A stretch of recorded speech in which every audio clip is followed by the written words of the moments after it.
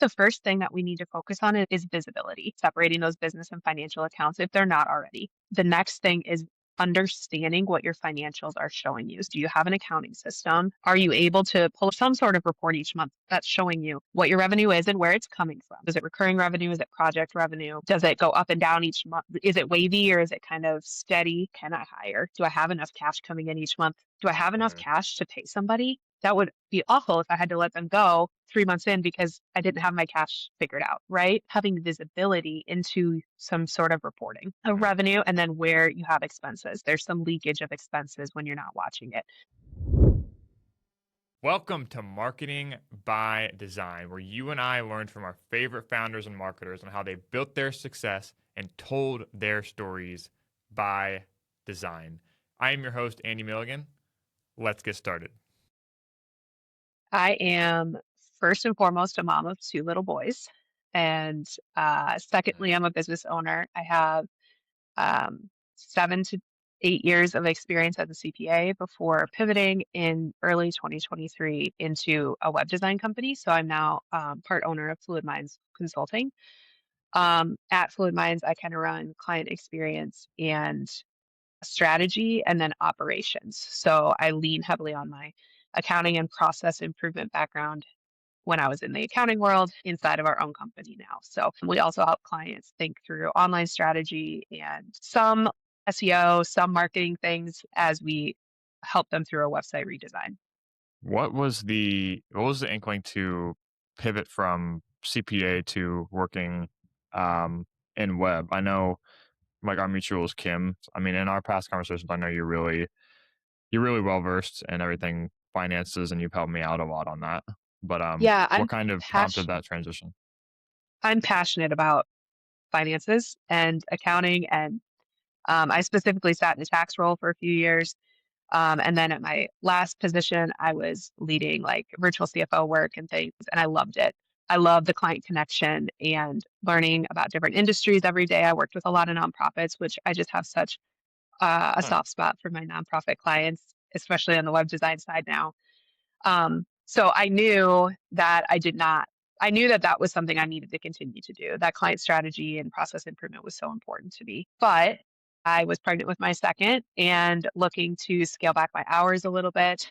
And so it was a tough decision. I really loved my coworkers, loved the clients that I worked with. But this opportunity came up with Fluid Minds, and I decided, accounting is always going to be there, but this opportunity may not be. So for me, I took a step back from the accounting and tax side of things and decided to learn something new while I was pregnant. And it ended up being really great. I feel like this is a great fit for me. I still have that client interaction, the client experience. I can still use my process improvement skills here. And then leading operations and internal strategy, I'm still doing the finance and all of the things that I really do enjoy on the accounting side internally now. So I'm kind of the client of my own from a Hmm. tax perspective now. Yeah, that's really interesting. I think sort of tearing down my own misconceptions around people who work in financial services, financial advice is that it's so a lot of times I feel like it's so emotional that it's hard to apply your own advice to yourself sometimes. Yes. So like me personally, my biggest teacher is AI a lot of times. I think probably a lot of the audience can relate to learning a lot from AI nowadays. But in terms of I imagine how that's what I'm trying to say is I imagine how you learned about finances in terms of the technical side of things is very different than what we talked about a little bit beforehand is like the emotional side. So are you ever able to, how aware are you in terms of like how much you know technically about finances, habits, best practices, the more numerical side versus the emotion in that? And what can you say about separating those a little bit? It's definitely different being on this side that I never really understood before. So as a virtual CFO or helping clients, I never fully understood that emotional side because I wasn't the business owner. I was the one saying, maybe it's time to make a change in staffing, or let's implement this new CRM system that helps people, Mm, helps your team. But the actual process implications, I wasn't necessarily the one boots on the ground doing that. And I wasn't the business owner making that final decision. Now I am. Hmm. And so like any sort of budgeting or hard decisions that we have to make about money or where to spend our money or best bang for the buck, even time management, it's all different now. Hey, real quick. This episode is brought to us by our friends at COhatch. I have a quick story to tell you. A while back, I realized I was recreating this bizarre little cave at home where I ate, slept, worked, all within the same like 300 square feet. I was getting distracted by everything: pets, YouTube, laundry, food. Okay, I'm joking a little bit on the food one, but like the refrigerator was right there. So not really. If you're a founder, a marketer, or a solopreneur, your revenue is directly tied to your effectiveness on the job and your output. You don't notice how much of a role a bad environment plays in your productivity until it starts to sink, and your revenue follows slowly behind it. I had come across COhatch at a ton of networking and community events as I was right here in Columbus, Ohio, building my business. When I finally invested in a membership, that is when things flipped for me. My ideas felt bigger again. I felt like I was showing up for other people. The best part is that the only distractions are other high performing people. And that is the good kind of distractions, the kind that leads to partnerships, conversations, and new ideas that propel you forward. If my little environment of doom pattern sounds familiar to you, CoHatch might be the exact shift that you need in your business and your life. They've actually been generous enough to offer you, as a Marketing by Design podcast listener, 2 full free weeks. I would have killed for this when I first started, guys, but they're giving it to you 100% for free. That is why I love CoHatch. That is why I'm a huge advocate of everything they are. They're not giving this deal out anywhere else, so I highly encourage you to head down to the description, grab that for yourself. Back to the pod. Yeah, and I think that it's translated into our client experience. A website's maybe not the same client experience that a virtual CFO would give. Those are maybe two different audiences that are looking for Mhm. that help. But I try to bring in that kind of like, I know how you're feeling because I've been there piece of this to my client experience conversations as well. Yeah, and I can say like firsthand, um, that you actually do that really well. So like, because there's been Oh, several thank you. times where you literally, and just in the time that we worked together, that you've literally picked up the phone and said, "Hey, like I understand, this project maybe didn't go the way that we thought it would, or these small things came up. I understand what this means from your exact point of view." I can tell you that just in all the people that I've met and people that I've learned from, people that have been on the show in the past, like that firsthand like understanding and experience is very rare. So part of like why I'm asking these questions too is to kind of dig into what led you to gaining your social awareness, not just around the financial side, but good knowing what goes into it, like from a business perspective Yeah. and how it looks on the other side of that. I just want to Yeah. say firsthand that you're very, very blessed in that realm. So, Well, thank you. um, Thank you. One of our values for our company is people first. And I truly 100% believe that, like the relationships formed are what sustain me emotionally in this venture. And so yeah, it takes a lot of time and a lot of energy for me. I'm not necessarily an extroverted person, if you can believe that, yeah, but I enjoy those connections so much. yeah. Well, we're working on you to be an extrovert. But talk to me, kind of double clicking on your financial in the weeds days before Fluid Minds. What were some of the biggest mistakes you would see in nonprofits and businesses that you were working with? Because I imagine some patterns start to emerge when you're working with when you're working with multiple clients. You have a lot of time in the industry. So, what are some of the biggest mistakes, Yeah. misconceptions, head trash people have around their own finances? Yeah. I think that, you know, the first and foremost thing for business owners and small business owners specifically is separating the business from the individual. So you can have a business brand that is very similar to your personal brand, but at the end of the day, you are not your business.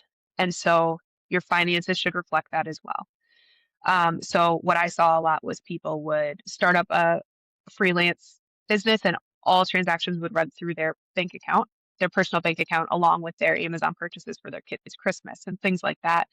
And at the end, you have no visibility into, is the business making money or am I spending way too much money on this entity? Am I charging enough for how many hours I'm putting in? Like Hmm. this becomes part of you as a business owner. And even as a nonprofit, as an executive director or anything like that, a church leader, the entity becomes so important. But Mhm. separating it financially and in your mind, like that's first and foremost. Yeah, I would say, I mean, just firsthand experience being, I don't think anyone really identifies themselves as being a small business. It's kind of a buzz phrase, I feel like. But if you look at it, 90, I don't know the exact data, but 97% Yeah. of businesses actually are. There's like a crazy threshold, like it may be like 500 plus people that actually put you above that. So the reality is, most of the businesses, most of the brands that we know, especially ourselves, are small businesses. And I can say firsthand that separating um, MMG design from Andy is like so hard. Even when you start to have, people that you're sharing it with, people that are partners, team members, Yep. assistants, it is so hard because there comes a point too, especially when you're previously employed, you see everything that comes in as financially, especially as a measurement of your own self-worth to some extent. And it's so hard to detach from that meaning because all you're looking at is the top line, what's coming in, and viewing it as a business is so hard to do when you're the one that's in the weeds every day making the Yep. decisions. And like I admire you for not just for being able to see it objectively before you were actually in it, before joining Fluid Minds, and actually being able to see like, wow, this is the other side of it. So I can't imagine what that would be like. But I think I sit in a very unique spot where I chose to leave like a very, you could call it a black and white industry of like what is correct and not correct. And move into a creative space really. Um, and while I lead that operations side and client strategy, I'm still, this is a creative business model and we talk creatively a lot with our clients. mm, But what I have found and discovered in talking to other creatives on the client side, right? Because I'm working with marketing teams and whatnot on the client side, is these people sometimes are confused, overwhelmed by the financial piece. And so a lot of business owners I've realized in the creative space love what they do. They love to be hands-on, if they're making trinkets or, whatever, Etsy shops, but they just shut down when we open an Excel document or we talk any sort of numbers or monthly revenue or anything like that. They just have no concept. And to me, that's the biggest piece is while it's hard, it's scary, it's overwhelming, until you have a grasp on kind of what that entails, you cannot continue to grow. I mean, it will mhm, hinder any business owner as you continue to grow. So trying, just mhm, trying. It's so hard. I have some practical tips, but it's so hard to mhm. like get in that mindset. Um, yeah. So I Yeah. just think though it's so important because if you can't get your arms around what you need to sustain your lifestyle, at least personally, I don't feel like I have any direction forward of do I need to go out and network today? Do I need to be clients focused on current clients? What do I need to do? Those financials drive all of those decisions. Mhm. Yeah, dude, that's so good. Well, let's zoom in on that then. So you talking tactically, what are some things? Say I am in that place right now. I'm listening to Ali talking right now, and I'm thinking, okay, I am that person. I love the creative part of it. I love what I'm doing during the day. But when it comes to business and finances, I'm that person that likes to just say, you know, I don't want to worry about it right now. I just want to shove it down. We'll Yep. worry about tax time when that comes up. We'll worry about hiring and budgeting for that when that comes up. If I'm in that emotional place right now, what's one thing that I can tactically do to say, okay, I'm taking steps towards becoming a financially aware and secure person? What Yep. is maybe the first peeking out of that hole look like for you? I think the first thing that we need to focus on is visibility. So, like I said earlier, separating those business and financial accounts if they're not already. If you're already like, Mhm, yep, I've got that, what's next? I would say the next thing is understanding what your financials are showing you. So, do you have an accounting system? Are you able to pull or some sort of report each month that's showing you what your revenue is and where it's coming from? So, is it recurring revenue? Is it project revenue? Kind of does it go up and down each month? Is it wavy or is it kind of steady? That helps you project into the future. Can I hire? Do I have enough cash coming in each month? I mean, that's a big decision. Do I have enough mhm, cash to pay somebody? That would be awful if I had to let them go 3 months in because I didn't have my cash figured out, right? So, kind of understanding or at least having visibility into some sort of reporting of mhm, revenue and then where you have expenses. Just like in our personal lives, there's some leakage of expenses when you're not watching it. I personally had a Netflix double subscription for a while on the personal side, right? Like that stuff just happens. And so the first thing to track all of that is the visibility. To do that, you might need an accounting software. Maybe you should find a bookkeeper or somebody, a tax accountant. If taxes are what's really stressing you out and you're like, I'm just not going to deal with it till April, let's not do that. Let's find somebody now that you can find, think of them as like a trusted partner. You want to invest in that relationship and have them really on your team the whole year. Maybe you don't need that much. Maybe it's a leadership coach that helps you understand the financials. So it's more of an education. I think there's a lot of different avenues to finding somebody to help you, but the vulnerability of asking when you don't know what you don't know is hard. So connecting Mm. with maybe somebody else in the industry that you feel safe saying, hey, I'm really confused. Can you direct me? Can you refer me to who you're using or something like that is just really helpful. Yeah, dude, that's so good. I I obviously I emphasize that 100% because that's our lived experience, just knowing each other. But also not worrying about sounding stupid. I can say just from like traditional Midwest conservative, like we don't like for people that aren't from like my neck of the woods, like rural Ohio. I don't know if Iowa is considered Midwest or if that even I matters in think this so. scenario. Yeah, I But think so. yeah, technically speaking, yeah. But like the way I was raised, how you were raised and your experiences surrounding money shaped so much of all of this. Like the way Yeah. like a dad would come home from work, never talk about money. Like my parents, one is a 35-year police chief, other one a teacher and a librarian. So I don't have a financial bone in my body growing up. And the way I was raised, you come home, money is not something that you talk about. And then coming out of that, growing into the entrepreneurship role, it makes it so much harder to have that objectivity of just looking at the profit, looking at the loss, and not saying like, this is my self worth. This is what I'm worth Yep. as a human. So like And I think even like those feelings of scariness, nervousness, confusion, overwhelm can sometimes come from those past experiences, right? So have grace with yourself. That's not necessarily a yeah, bad thing. I think once you understand why you're feeling that way, you can be like, okay, I hear you, but we're going to move past that. yeah. And also understanding it's very normal too, because it's such Yes. a matter of who you're talking to and what you're exposing yourself to. So the Yes. first time that we you feel like you almost feel like a fraud because it's a contrast to what you feel like is yourself. So the first time that we bid, 5 figures on a project, or the first time that you charge more than you feel like you have in the past, it by nature is it by nature feels like you're an imposter because you haven't ever done it before. But there's a Yep. sliding scale of how you grow into these roles, and fix your mindset around how much you're charging. And the biggest part of it Yep. too is getting in community. Like we didn't meet personally in a community, but we're both in communities of people who Yep. are ahead of us, who are 2, 3 steps ahead of us, and just having conversations with them and saying, hey, you know, what can I do to learn from you? Get a sense of what they're charging, get a sense of what their money mindset is. I really can't speak enough highly to that.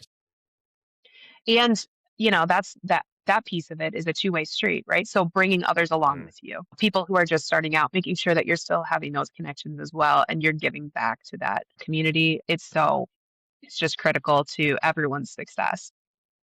There's enough room yeah, for everybody. right. So, kind of zooming back, I know we kind of jumped 2 steps ahead, but if I'm listening to this, I'm listening to Ali talking about finances.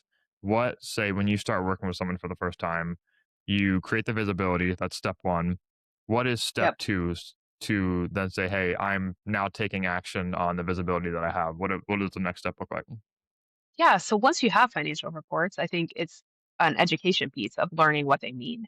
So there's lots of different financial metrics that you can track: gross profit, gross margin, revenue, income, expenses. These are all words that I know the definition of, but a lot of people don't. And that's okay. That's okay.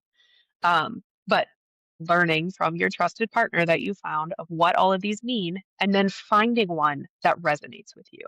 So maybe it's revenue. You're like, man, if I could reach $5,000 a month in 2026, I'd be hitting the nail on the head. Or maybe it's $20,000 a month. Wherever you're at, that's okay. Just be honest with yourself and then track it. So track it for 3 months. One thing. Track one thing. That won't feel overwhelming. You can do that one thing. So figure out what you want your revenue or your gross profit to be for 1 month. Did you meet your expectations?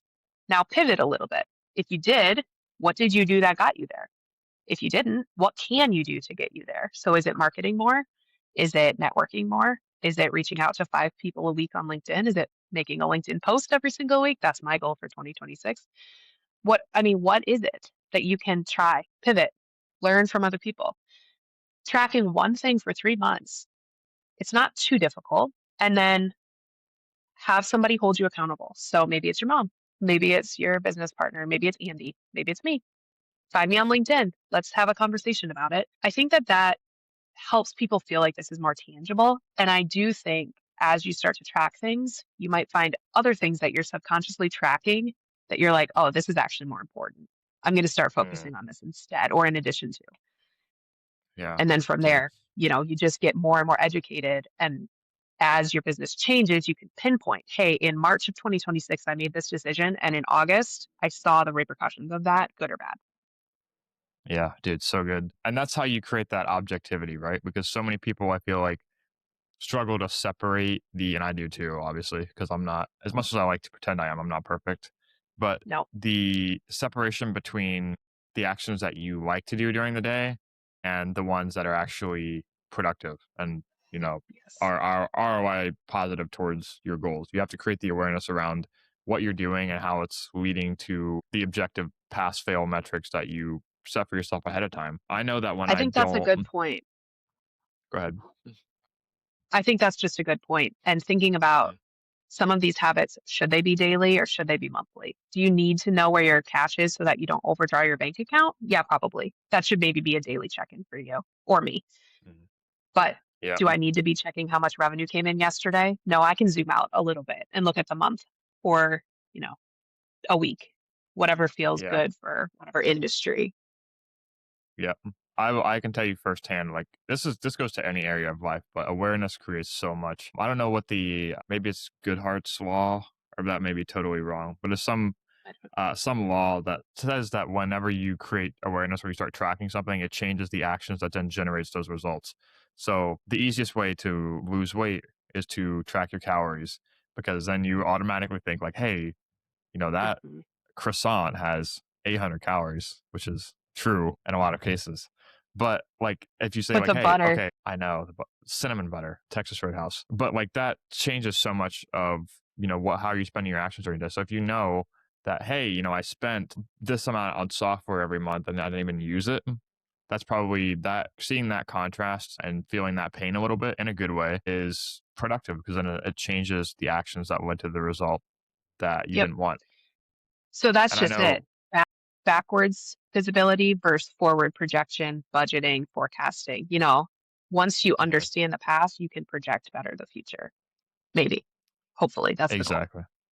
Yeah, and like I said too, like I've done a really good job of positioning myself throughout these interviews as being the person that's learning. So that just disarms me from worrying about sounding stupid, or the whole mindset around that. So I'm not worried about coming across as a financial expert here, which is why I have you.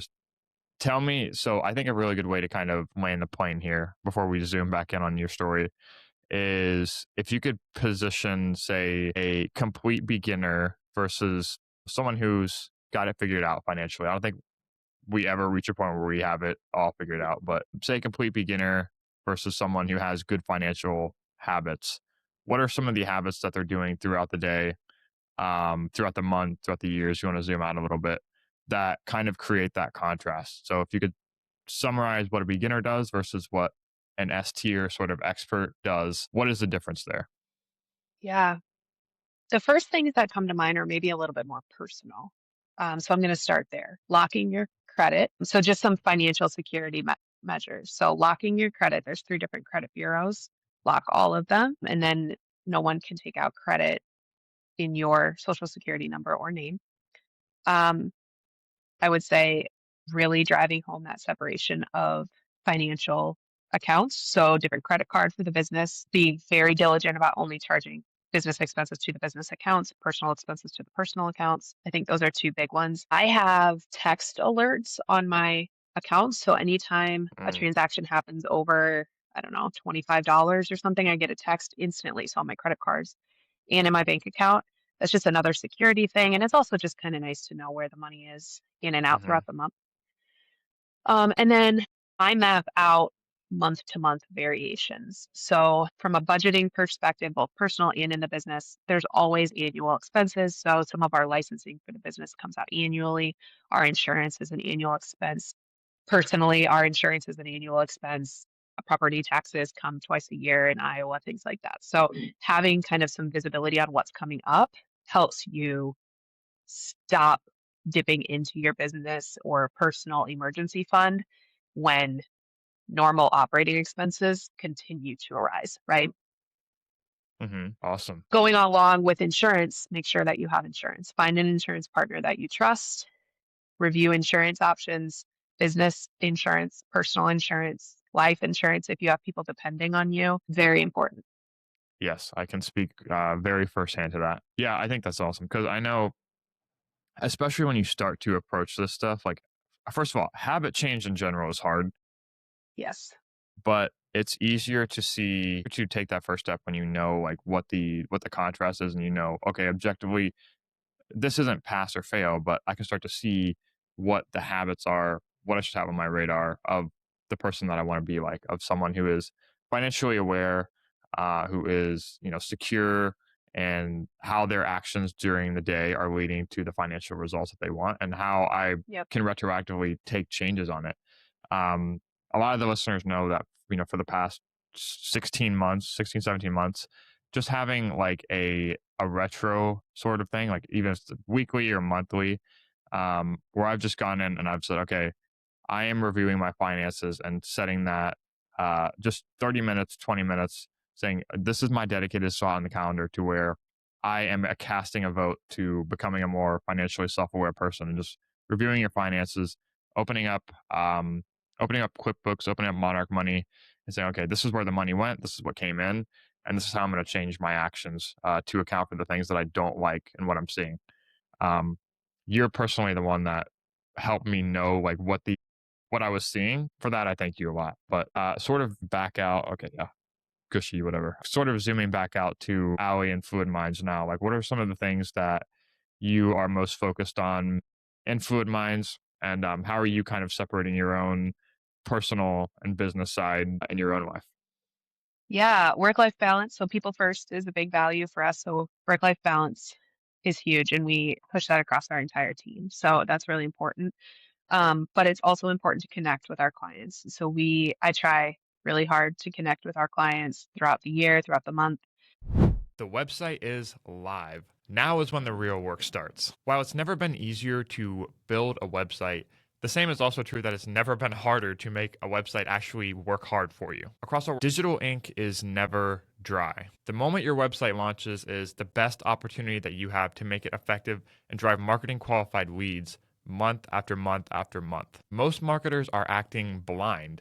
They just don't know who's going to their website. They don't have visibility to see what pages, what specific actions, and how long they're spending on each page. All of these are high intent signals of your warmest prospects. Over the past several years, we've worked so hard to put together a strategy that lets us not just see who these people are, but specifically track what actions they're taking on your website and give you those insights on a silver platter. What we find hilarious is that as marketers, we're so diligent on showing up every single day, always posting to social, making ourselves as visible as possible. And yet, our most visible and high converting, trust gaining asset sitting at the bottom of that funnel is maintained the least. Having a good website is the foundation for all of this opportunity. And if you're not investing marketing efforts into it month after month, your most profitable asset is being lazy. If spending time in the weeds, looking through data, and connecting these insights to the rest of your marketing is not your jam, if your website is being lazy, let's have a conversation. Um, we try to meet with them each year, every client each year. We write thank you notes, Christmas cards. So that connection is just our people first approach. Otherwise, separating work and life. So I turned off all of my notifications on my phone. When I'm with my kids, I try so hard to be with my kids, fully engaged with my kids. So that's a huge goal of mine for 2026. Um, and it's easier said than done. I know that. I'm preaching to the choir here. Every single business owner, I think, has felt this at one point or another. So, but then, yeah, so making those connections, working with nonprofits is something that we just love to do. We love to learn about their mission and then how we can support either their volunteers or their staff members, depending on the size and type of organization, to achieving those goals and using their online platform to get there. And so that's something that we really love to do. We still work with small businesses in the area, but our national reach is more in the nonprofit space right now. And we're really diving in and loving that. That's so awesome. First of all, I love that. To anyone that's going on a run, hopefully in more temperate climates, or they're Christmas shopping, or they're driving the car, and they're listening to Allie, and they're like, "Yes, you're speaking to me financially. I'm in that place where I just want to take the first step." Where can they reach out to either you or to learn more about Fluid Minds? Yeah, so FluidMinds is a web design company first, web development, but I'm passionate about talking about finances outside of web design and development. So find me on LinkedIn if you want to continue these conversations, but I'd love for everyone to, yeah, find us online. Our own website is in the middle of a website redesign right now. So you can find us at fluidmindsconsulting.com or come back in a couple months and it will be all shiny and new. So looking forward to hearing from everybody.